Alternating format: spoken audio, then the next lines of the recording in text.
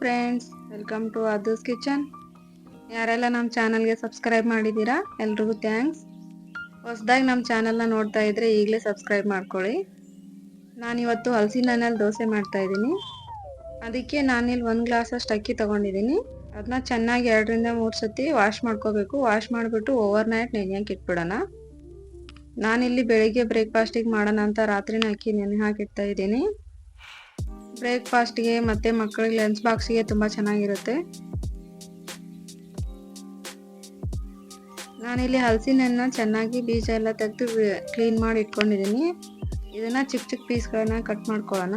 ನಾವು ಯಾವ ಗ್ಲಾಸಲ್ಲಿ ಅಕ್ಕಿ ತೊಗೊಂಡಿರ್ತೀವೋ ಅದೇ ಗ್ಲಾಸ್ ಮೆಜರ್ಮೆಂಟಲ್ಲಿ ನಾನು ತೊಗೊಳ್ಳೋಣ ಅಂದ್ಬಿಟ್ಟು ಚಿಕ್ಕ ಚಿಕ್ಕ ಪೀಸ್ಗಳನ್ನಾಗಿ ಕಟ್ ಮಾಡ್ಕೊತಾ ಇದ್ದೀನಿ.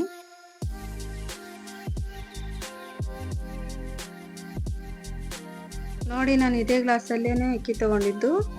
ಅದೇ ಗ್ಲಾಸಲ್ಲೇ 1 ಗ್ಲಾಸಷ್ಟು ಹಲಸಿನ ಹಣ್ಣು ತೊಗೊಂಡಿದ್ದೀನಿ. ಅಕ್ಕಿ ಕೂಡ ಚೆನ್ನಾಗಿ ನೆಂದಿದೆ. ಇವಾಗ ಎರಡನ್ನೂ ನಾವು ಮಿಕ್ಸಿಗೆ ಹಾಕಿ ರುಬ್ಕೊಳ್ಬೇಕು.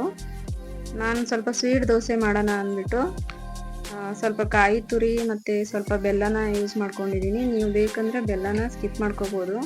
ಕಾಯಿ ತುರಿ ಹಾಕ್ಕೊಳ್ಳಿ, ಕಾಯಿ ತುರಿನ ಸ್ಕಿಪ್ ಮಾಡಬೇಡಿ. ಕಾಯಿ ತುರಿ ಹಾಕೋದ್ರಿಂದ ಟೇಸ್ಟ್ ತುಂಬ ಚೆನ್ನಾಗಿರುತ್ತೆ. ಅಲ್ಲಿ 1 ಗ್ಲಾಸಷ್ಟು ಅಕ್ಕಿ ತೊಗೊಂಡಿದ್ವಲ್ಲ, ಅದಕ್ಕೆ 1/4 ಕಪ್ಪಷ್ಟು ಕಾಯಿ ತುರಿ ತೊಗೊಂಡಿದ್ದೀನಿ. ಇದಕ್ಕೊಂದು ಅರ್ಧ ಹಾಕೋತಾ ಇದ್ದೀನಿ. ಇನ್ನೊಂದು ಅರ್ಧ ಇನ್ನೊಂದ್ಸಲ ರುಬ್ಕೊಳ್ಳೋವಾಗ ಹಾಕೊಳ್ಳೋಣ.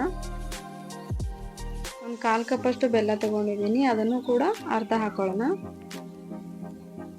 ನಿಮಗೆ ಸ್ವೀಟ್ ಇಷ್ಟ ಇಲ್ಲ ಅಂದರೆ ಬೆಲ್ಲನ ಸ್ಕಿಪ್ ಮಾಡ್ಕೊಳ್ಳಿ. 5 ರಿಂದ 6 ಕಾಳು ಮೆಣಸನ್ನ ಹಾಕೋತಾ ಇದ್ದೀನಿ.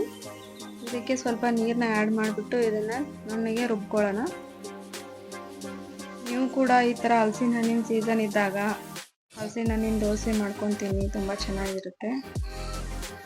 ಇವಾಗ ಇದು ರುಬ್ಕೊಂಡಿದ್ದಾಗಿದೆ. ಇದೊಂದು ಪಾತ್ರೆಗೆ ಹಾಕೋತಾ ಇದ್ದೀನಿ. ನಾನು 2ನೇ ರೌಂಡು ರುಬ್ಕೊಂಡು ಅದಕ್ಕೆ ಸೇರಿಸ್ಕೊತಾ ಇದ್ದೀನಿ. ಮೇಲೆ ಸ್ವಲ್ಪ ರುಚಿಗೆ ತಕ್ಕಷ್ಟು ಉಪ್ಪನ್ನ ಆ್ಯಡ್ ಮಾಡ್ಕೊಳ್ಳಿ. ಇದನ್ನು ಓವರ್ನೈಟ್ ಏನಾದ್ರು ನೆನೆಸಿಡಬೇಕು ಅಂತ ಏನಿಲ್ಲ, ಇಮಿಡಿಯೇಟ್ ರುಬ್ಬಿದ ತಕ್ಷಣವೇ ಮಾಡ್ಬೋದು. ನಾನಿಲ್ಲಿ ಒಂದು 5 ನಿಮಿಷ ಇಟ್ಟು ಮಾಡಿದ್ದೆ ಅಷ್ಟೇ.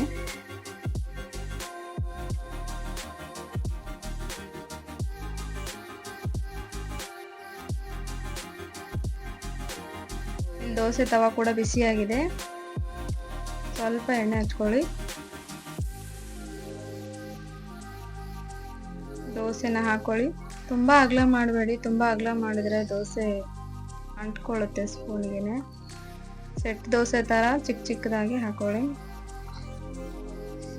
ಮೇಲೆ ಸ್ವಲ್ಪ ತುಪ್ಪನ ಹಾಕಿದ್ದೀನಿ. ಸ್ವೀಟ್ ದೋಸೆ ಸ್ವಲ್ಪ ತುಪ್ಪನ ಹಾಕ್ಕೊಂಡು ತಿಂದರೆ ತುಂಬ ಚೆನ್ನಾಗಿರುತ್ತೆ.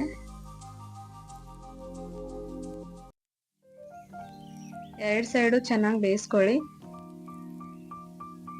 ಹಲಸಿನ ಹಣ್ಣು ಹಾಕ್ಬಿಟ್ಟು ಮಾಡಿರೋದ್ರಿಂದ ನೋಡಿ ಕಲರ್ ಕೂಡ ಹಂಗೆ ಇದೆ.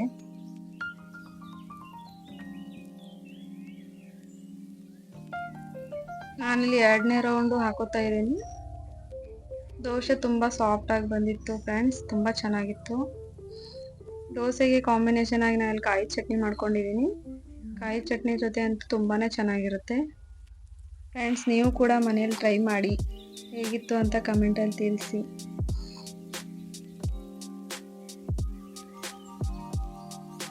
ನನಗಂತೂ ತುಂಬಾ ಇಷ್ಟ ಆಯಿತು. Thank you for watching. ಈ ವಿಡಿಯೋ ನಿಮ್ಗೆ ಇಷ್ಟ ಆಗಿದ್ರೆ ಲೈಕ್ ಮಾಡಿ, ಶೇರ್ ಮಾಡಿ, ಸಬ್ಸ್ಕ್ರೈಬ್ ಮಾಡಿ, ಮತ್ತೆ ಬೆಲ್ ಹೊಡೆಯೋದನ್ನ ಮರಿಬೇಡಿ.